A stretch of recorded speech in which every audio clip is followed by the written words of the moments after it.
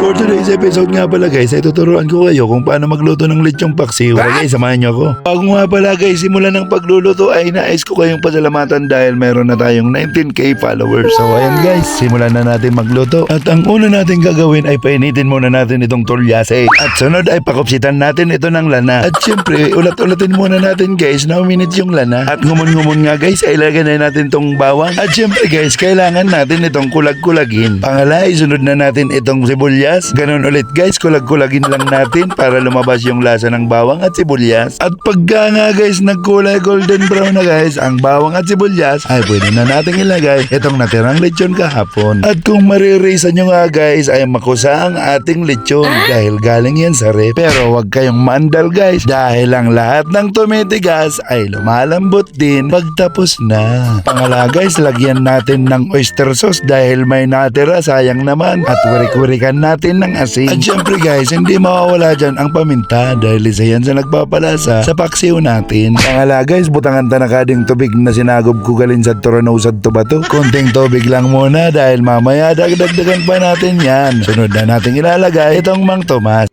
Mang Tomas, baka naman. Itong Mang Tomas kasi guys ay talagang nagpapalasa at nagpapasarap sa ating lechong paksiw. At di tayo papayag na may matira dyan sa loob ng bote. Dalawang malaking Mang Tomas nga pala ang linagay ko dyan, kaya talagang solid ang sarsa niyan. At shoutout ko na nga pala guys lahat ng JNT Rider at Grab Rider na laging kumakain sa Batueños Eatery. At isunod na nating ilagay itong suka. At pagkatapos ng suka ay susunod natin itong sili bago natin siya guys pakakalakagaan. So ayan guys, usay-usayin lang natin yung pagkabutang at sakban na natin. At ayan nga guys, pinas forward na, nagkakalakaga na agad. Sunod guys, lagyan naman natin itong magic sarap at dahon ng laurel. At pagka ako nga pala guys ang nagluluto ng paksiw ay di ko linilingawan yung reno dahil nagpapalapot yan ng sarsa. At butangan natin guys ng kunting toyo dahil guys malungsi ang ating sarsa. At ayan nga guys, kulag-kulagin lang natin ulit at sasakban natin ito. At nag-fast forward na naman nga guys at ayan nagkakalakaga na ulit. At ang pang-uri kong linalagay guys ay dahon ng sibuyas dahil nagpapalinamnam pa yan sa lasa ng lechong paksiw. At ayan guys, luto na ang ating lechong paksiw. Sana ay may natutunan na naman kayo guys sa mga idea, sa mga patsambang luto ni Johnny. So like, share and follow Batueños Eatery,